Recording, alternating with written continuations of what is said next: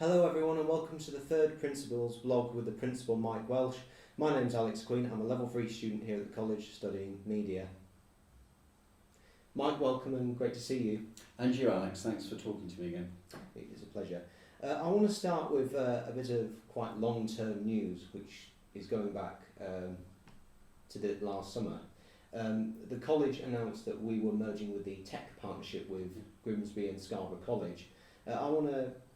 The first question I want to ask you, are you excited about this upcoming merger with the TEC Partnership? Yes, it's a really good way of securing the long-term sustainability of our college, and it's going to be being part of a much bigger organisation is going to allow us to have the resources to invest in some really ambitious projects for the college going forward.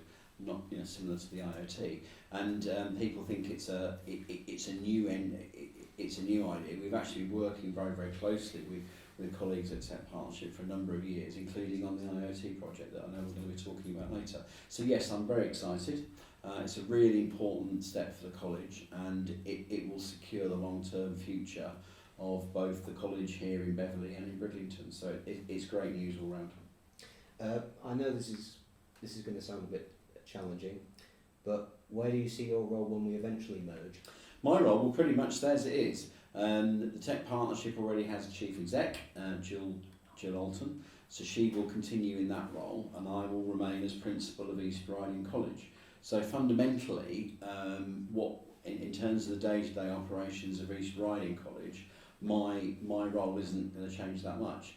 I'll have some additional things to do, so myself and the chair of our corporation will join the TEC Partnership Board. That's the group board that sits above the individual boards. So we'll go to that, and obviously I'll go to executive management team meetings over in Grimsby every fortnight to represent East Riding College's performance and the ideas that we have going forward. But fundamentally, as far as most staff and students are concerned, in terms of how they interact with me, fundamentally that's not going to change. All right. I suppose the obvious question with this merger, what kind of long-term benefits would it bring to the college? I think the most important thing is it will secure learning in Beverley and Bridlington on our existing campuses in perpetuity. Hull obviously we've also got a centre in Hull, and the TEC Partnership are really keen to maintain our presence in the city of Hull. So in terms of where delivery takes place, that's going to be the key long-term benefit.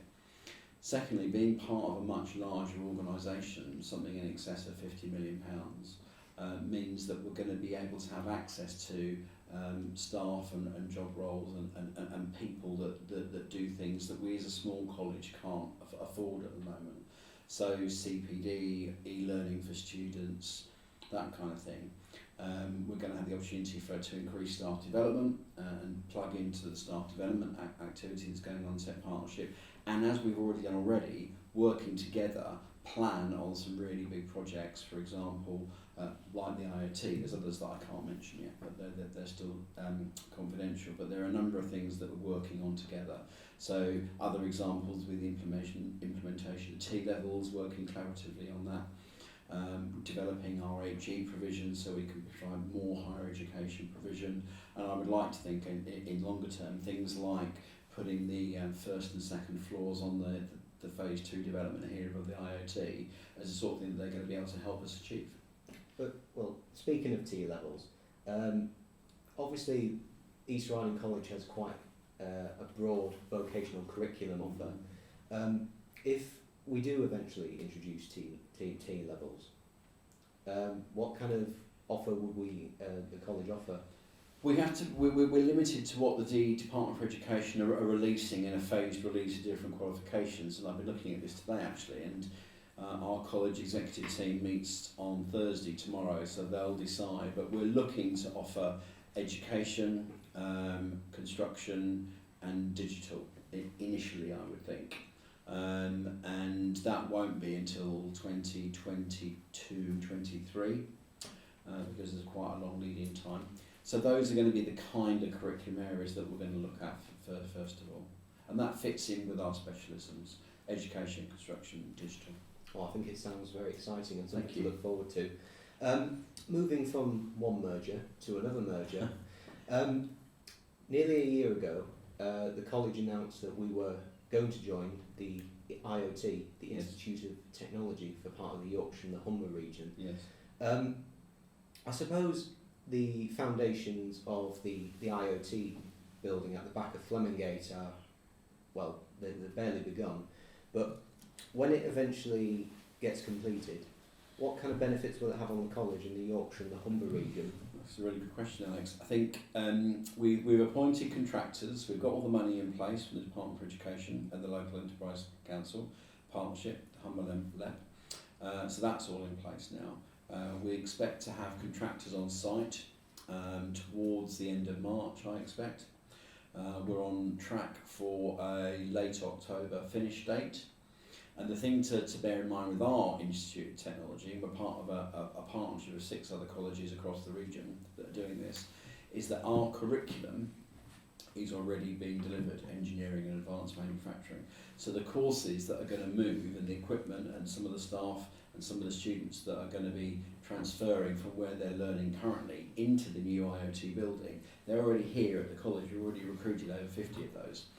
So that's the really good news. But in terms of the longer term benefits, we're going to have even more equipment, a dedicated space, much closer, because at the moment they're at Priory Road, and some of that happens in Bridlington. So they're going to be on site here in Beverley, and we're going to be able to work very directly with employers to train those higher level job roles that they need within the engineering and advanced manufacturing sectors. Longer term, we'll increase the curriculum offer, broaden the curriculum offer, and working with the other IoT partners, ensure that all these key sectors that are helping regenerate the Humber region and in East Riding as well, will have a pipeline of work-ready employees that have got these high-level skills and these high-level qualifications. That's what the Institute of Technology is all about. So I think it's a really exciting project. It's £1.5 million of extra capital investment in East Riding College. Something of the order of £12.5 million coming into the Yorkshire and Humber region. The project's been led by your college. It's been going on for well over 2 years now. So it's a very, very long-term project, and it's very exciting, and we're looking forward to actually seeing the foundations rising out of the ground on the car park here at Flemingate. So it's exciting times. You sound optimistic. Always. Anyway, this is an interesting question that was sent in by an anonymous person. Obviously, you are known for wearing a variety of bold and somewhat stylish ties. Somebody sent in this question, and we have a picture to show to you. Is where can you buy the tie you are pictured with here? Bold and stylish. I hope my wife's listening. Okay, so that tie is a very, very special tie. It was bought for me by my wife for a Christmas present about 15, 16 years ago, and it's a very rare Vivienne Westwood tie. She's an archetypal, iconic British fashion designer, and we just happened to bump into a shop stocking her garments, so my wonderful wife bought me that tie, and it's my oldest tie that I've actually still got, but it always looks the part, I think. So yeah, Vivienne Westwood. Well, it was bold and stylish, as I've Thank said. you. Anyway, I think you might enjoy this topic, music. Music, okay, good. Your background as a musician and a music teacher is obviously very well established. You've gone on to have a long-term stable career in various management positions within further education. But I suppose the obvious question, as you're a musician, what's your instrument that you're most comfortable with? At the moment, I don't get the time to do a whole lot, but you know, as one's entering the decade when one will hopefully retire, because at the end of the decade I'll be well past my sell-by date, but I'm reflecting on what I might do in that stage in my life, and certainly going back to music will be something. So I think if I was to do anything now, it would probably be conducting, musical directing of stage musicals, that kind of thing. And when I retire, I will probably start by singing again and joining a choir, a different types of choir. I don't think I'll be getting the keyboards out and doing anything like that, and I certainly won't be getting the big brass, the tuba, the trombone, the euphonium out and deafening the neighbours.